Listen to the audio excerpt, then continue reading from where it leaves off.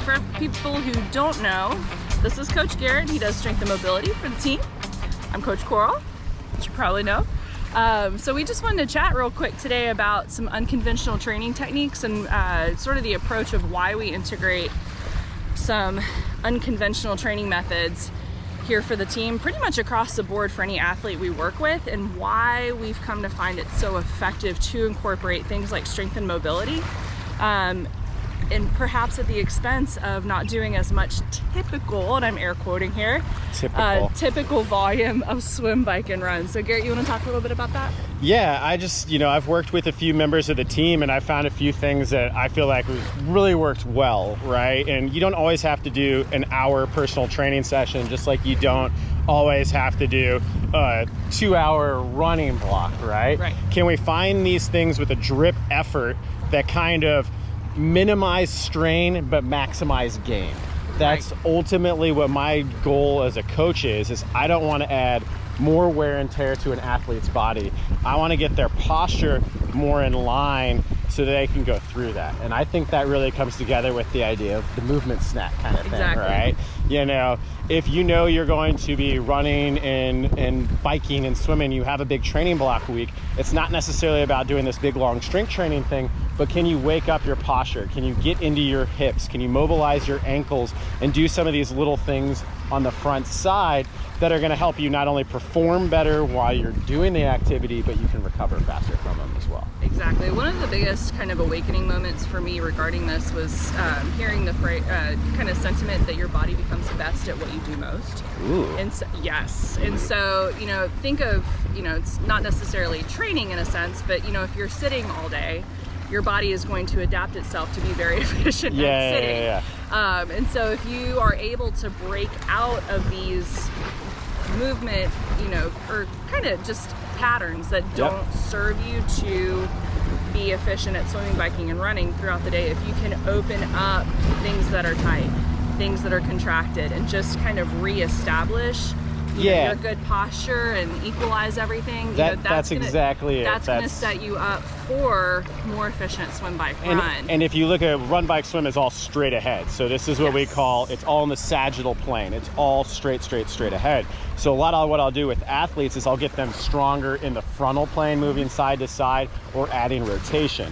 A lot of times rotation fixes a flexion extension problem.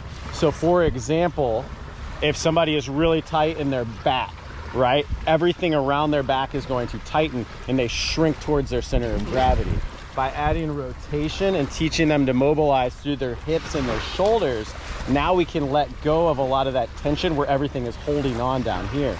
So that's where rotation can fix that. So if you're running and always going straight ahead, a lot of these multi-sport athletes get stuck in that plane of motion and then they sit a lot on top of it. So that's what we mean, these little 10 or 15 minute videos that we're gonna start doing a little more intentionally. Can we do the one that's gonna reset your posture after sitting? Or this is a post-swim one. Or here's a good strength training one. And I would say that's another good segue is talking about there's really 7 motions that your body goes through, right? Gait is the biggest one for triathletes, right? That's what it is. Running, biking, and swimming is all gait. So yes, I want to choose movements that are going to strengthen gait, but also undo the stresses of gait. But that doesn't have carries. So the idea of doing like loaded carries to work on your grip strength and to stabilize your spine as your limbs move. That's what core strength is dynamic core stabilization. Move and stabilize that spine while you're moving. So there's a lot of those things. There's push, there's pull, there's hinge, there's squats. And you don't have to do 10,000 pounds.